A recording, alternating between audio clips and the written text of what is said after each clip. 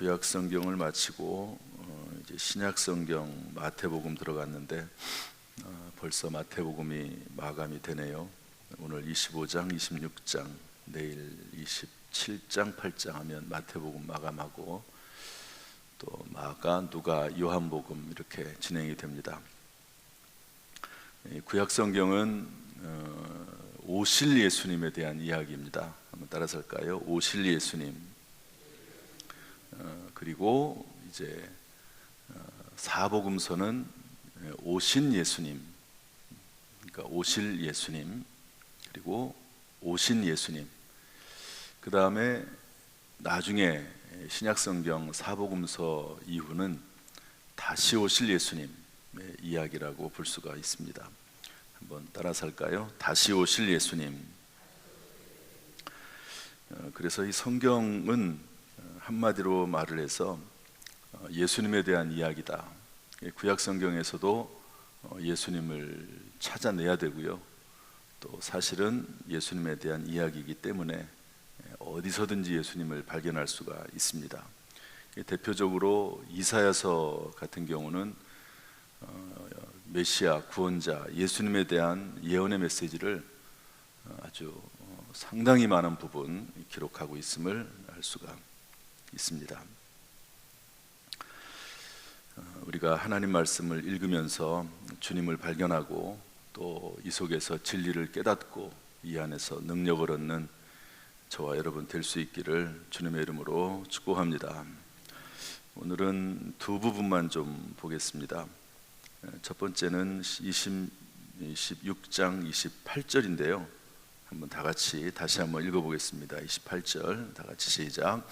이것은 죄사함을 얻게 하려고 많은 사람을 위하여 흘리는 바 나의 피 곧 언약의 피니라. 예수님이 하신 말씀인데 예수님께서 예수님의 그 십자가 보혈 피에 대해서 정의를 딱 내려주고 있습니다. 이제 예수님이 곧 십자가를 지고 운명하실 때가 됐는데요. 제자들을 불러다가 최회 만찬 하십니다. 그래서 떡을 떼어주시고 이것은 내 몸이다. 잔을 포도주를 돌리면서 감사 기도하시면서 이것을 마셔라. 이것은 내 피다. 내 피와 살을 먹고 마셔야 된다. 이렇게 말씀하시거든요. 그러면서 예수님의 피에 대해서 정의를 내려주는데 28절에 보니까 이것은 죄사함을 얻게 하려고 이렇게 되어 있습니다. 한번 따라서 합시다. 죄사함을 얻게 하려고. 여러분, 이런 말을 누가 할 수 있습니까? 뭐 사기꾼들은 할 수 있겠죠. 사기꾼들은 어제 김태선이랑 어제 예수를 믿고 이제 목사도 되고 또 동료 스님들에게 92명을 전도한 그 스님 있죠. 그분 이야기를 들어보면 성경에 수고하고 무거운 짐진 자들아, 신약 성경을 6번 읽었다는 것 아닙니까? 그런데 그 안에 수고하고 무거운 짐진 자들아 다 내게로 오라. 내가 너희를 쉬게 하리라. 부처는 80평생을 살았는데 뭐 제 얘기가 아니고 그 스님의 얘기입니다.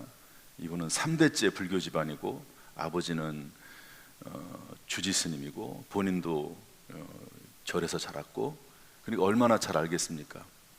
그런데 부처 석가모니는 한 번도 그런 말을 한 적이 없다는 거죠. 원래 불교는 사실은 천국도 지옥도 없습니다.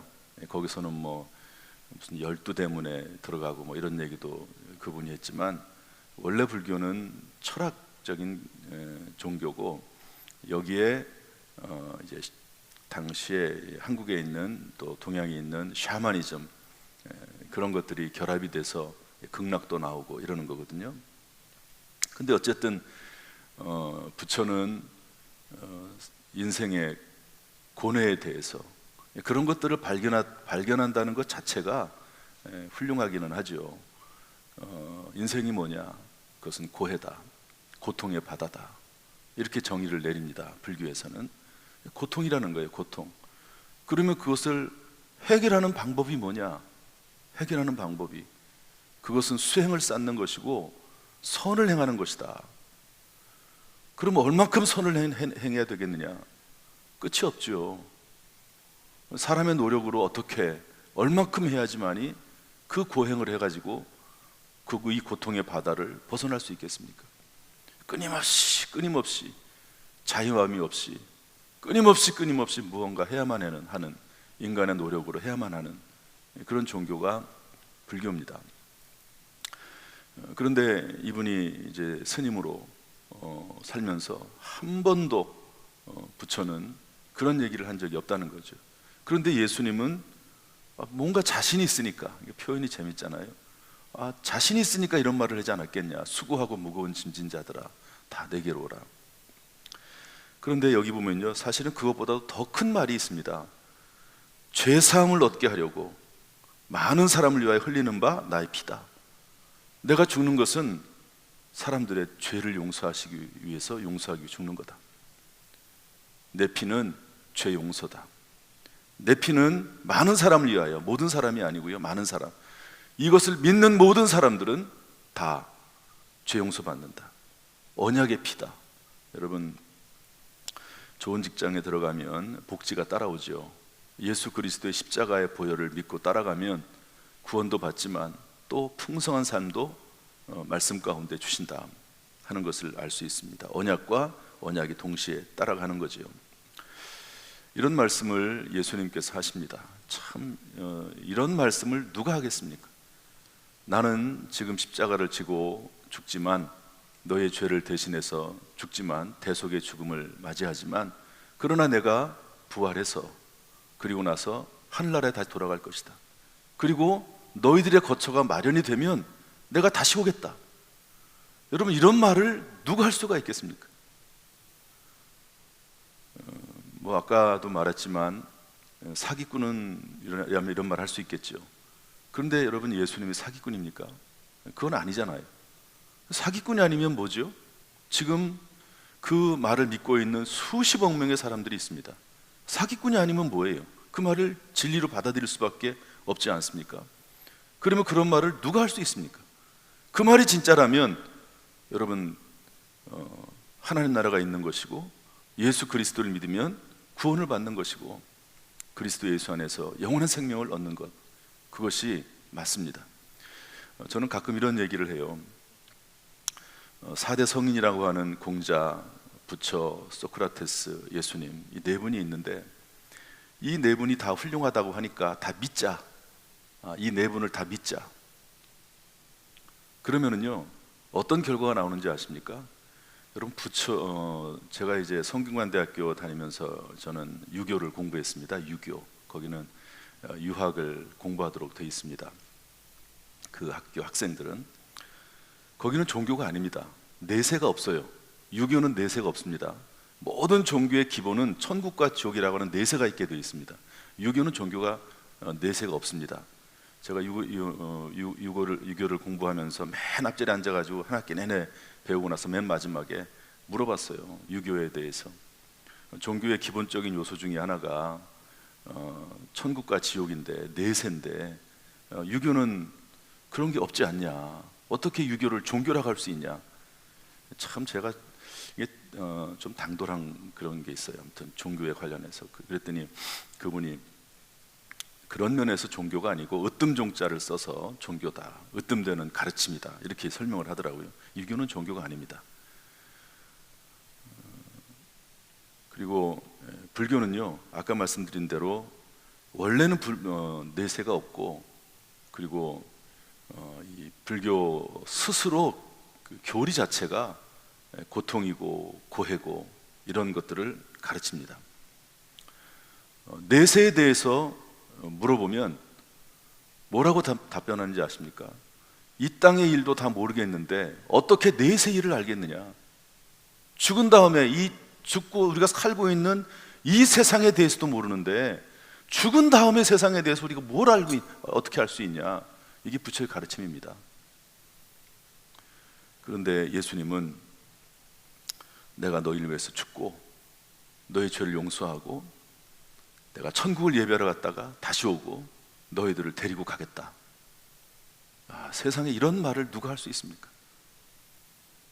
여러분, 이 안에, 이 말씀 안에 진리가 있고 이 말씀을 믿는 우리 모두는 영원한 생명을 누릴 수 있는 하나님의 백성이요 하나님의 자녀인 줄로 믿습니다. 어제 제가 설교를 하면서 이런 생각을 했어요. 천국에 들어가면 됐지 뭘 더 바랄 게 있을까? 물론 살만하니까 그런 생각을 할 수 있을지 모르지만 우리나라는 다 웬만큼 살만하잖아요. 제가 볼 땐 그렇습니다. 옛날에 비하면, 아프리카나 남미에 비하면 살만해요. 근데 우리보다 훨씬 살만하지 않는 아프리카, 남미는 오히려 행복지수가 높습니다. 어쨌든 그게 중요한 건 아니고, 천국에 들어가면 됐지 뭘 더 바래? 그것 이상 더 큰 복을 받은 게 뭐가 있을까? 그런 생각을 해보게 됩니다. 우리가 사는 이 세상은 이것만 바라보니까 긴 것 같지만 사실은 영원한 생명에 비하면 그야말로 찰나거든요. 찰나, 순간이거든요. 이 땅에 살면서 예수 믿고 구원받은 것 그 자체가 또 감사인 줄로 믿습니다.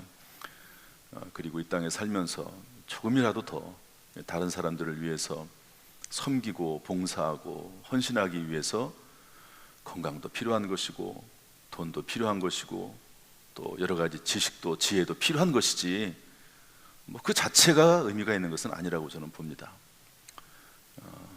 그저 우리가 하는 이 일들 가운데 감사하면서 살아나갈 수 있기를 주님의 이름으로 축복합니다. 하나님께서 늘 우리와 동행하시고 위로하시고 세임 주시기를 주님의 이름으로 축복합니다. 엄청난 말이 28절에 기록이 되어 있다 하는 거고요. 그 다음에 하나를 좀 더 보겠습니다.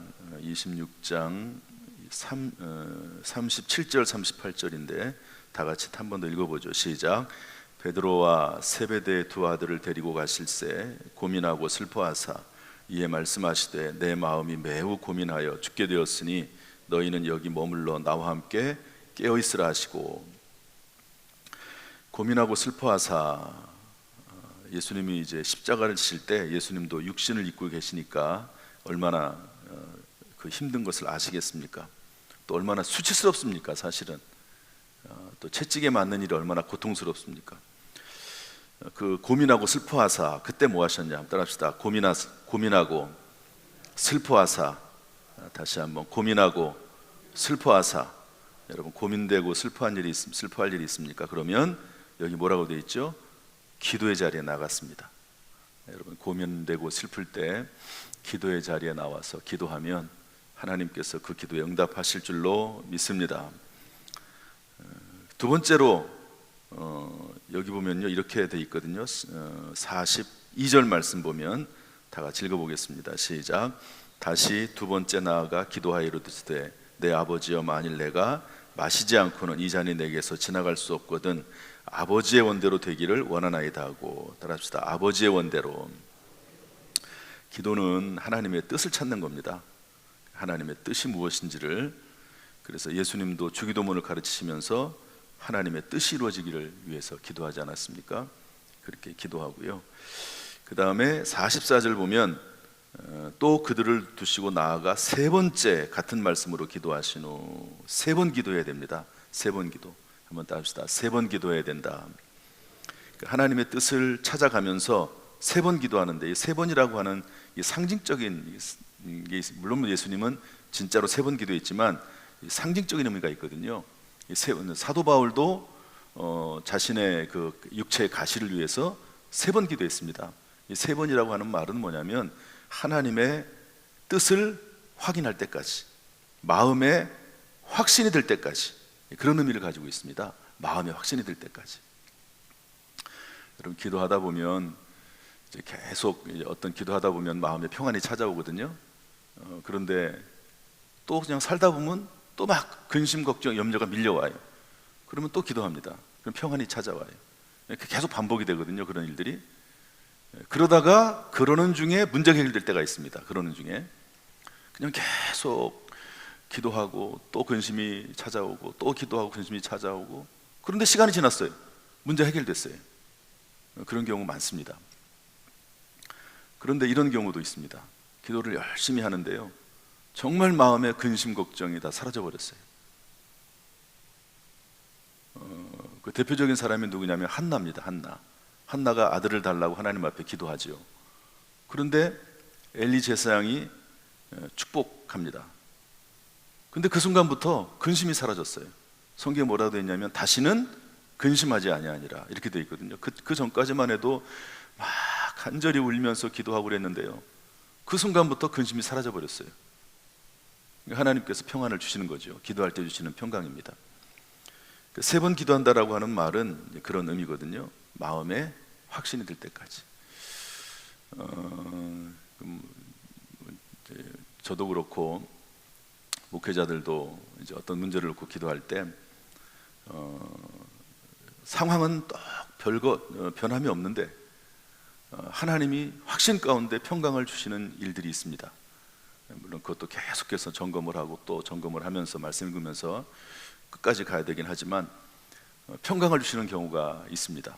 말씀 읽고 또 필요하면 금식도 하면서 그러면은요, 아, 이게 하나님의 뜻이구나, 하나님께서 이렇게 인도하시는구나 하는 확신을 가질 수가 있는 것이죠. 그럴 때가 있습니다. 그때까지 우리가 하나님 앞에 기도하는 거죠. 그리고 나서 예수님께서 45절 보니까 오셔서 이제는 자고 쉬어라, 보라 때가 왔다, 가까이 왔다, 인자가 죄인의 손에 팔린다. 그래서 이제 가룟유다에게 끌려서 그 배반의 키스라고 그러죠. 가룟유다가 와서 입을 맞추고 군인들이 데리고 예수님을 끌고 가는 그런 내용이 이제 다음 장에 나옵니다. 어쨌든 여기서 중요한 것은 고민하고 슬퍼하사 하나님 앞에 나와서 기도했다. 3번 기도했다. 하나님의 뜻을 찾았다. 그러니까 예수님은 고민하고 슬퍼하면서 뭐라고 기도했을까요? 할 수만 있거든 십자가를 지지 않게 해달라고 그렇게 기도했습니다. 실제로. 근데 하나님의 뜻은 십자가를 지는 거죠. 그래야지 인류의 죄를 대신해서 죽는 것, 아까 말씀드린 대로 죄사함을 얻게 하려고 많은 사람을 위해 흘리는 바 나의 피, 곧 언약의 피다. 이 말씀이 성립이 되는 것 아닙니까? 그러니까 예수님은 3번 기도했더니 내가 십자가를 지는 것이 맞구나, 하나님의 뜻이구나 하는 것을 확신하고 이게 변함이 없는구나 하는 것을 확신하고 그리고 담대하게 당당하게 그 자리에 나갔다 하는 그런 말씀입니다. 오늘도 하나님께서 우리에게 세임 주시고 담대함 주시고 주 안에서 승리할 수 있도록 주님께서 도우시기를. 예, 좀 틀어주세요. 예. 오늘 새벽에 나오면서 배터리가 이게 될까 말까 그러고 했는데 딱 여기서 나갔네요. 하나님께서 오늘도 세임 주시고 은혜 베풀어 주시고 평강 주시기를 주님의 이름으로 축복합니다. 할렐루야. 네, 기도하겠습니다. 우리 가슴에 손을 얹고 또 아픈 부분에도 손을 얹으시기를 바랍니다. 기도하겠습니다. 하나님 아버지, 오늘 이 시간 주의 전에 나와서 말씀을 듣습니다. 하나님의 말씀은 살았고 운동력이 있어 우리의 인생과 우리의 삶과 우리의 영과 혼과 육을 살리는 능력의 말씀인 줄로 믿습니다. 예수님의 보혈, 예수님의 피, 죄사함을 얻게 하는 예수 그리스도의 피, 언약의 피인 줄로 믿사오니 주여 이 시간에 예수 그리스도의 십자가의 보혈이 주여 우리 모든 성도들의 마음에 또 우리의 육체 가운데 임하기를 소원합니다. 주여 은혜 베풀어 주시고 평강 주시고 지켜 보호하여 주옵소서. 예수님께서 고민하고 슬퍼할 때 기도의 자리에 나가서 응답을 받았듯이 이 시간 응답받는 시간, 주님을 만나는 시간, 새 힘을 얻는 시간 되도록 역사하여 주옵소서. 벌써 또 새롭게 한 주간이 시작이 됐습니다. 이번 한 주간도 평안하게 하시고 이번 한 주간도 은혜 베풀어 주시고 이번 한 주간도 주 예수 그리스도의 음성이 들려지게 하시고 은혜 아니면 살 수가 없사오니 주여 우리에게 은혜를 베풀어 주옵소서. 주 예수 그리스도여 우리를 도와 주옵소서. 주 예수 그리스도여 자비를 베풀어 주옵소서. 예수님의 이름으로 축복하며 기도하옵나이다. 아멘. 이제는 우리 주 예수 그리스도의 은혜와 아버지 하나님의 무한하신 사랑과 성령님의 감동, 감화, 은혜, 축복, 교통하심이 우리 모든 성도들에게 지금부터 영원토록 순간순간마다 함께 하시기를 간절히 축원하옵나이다. 아멘.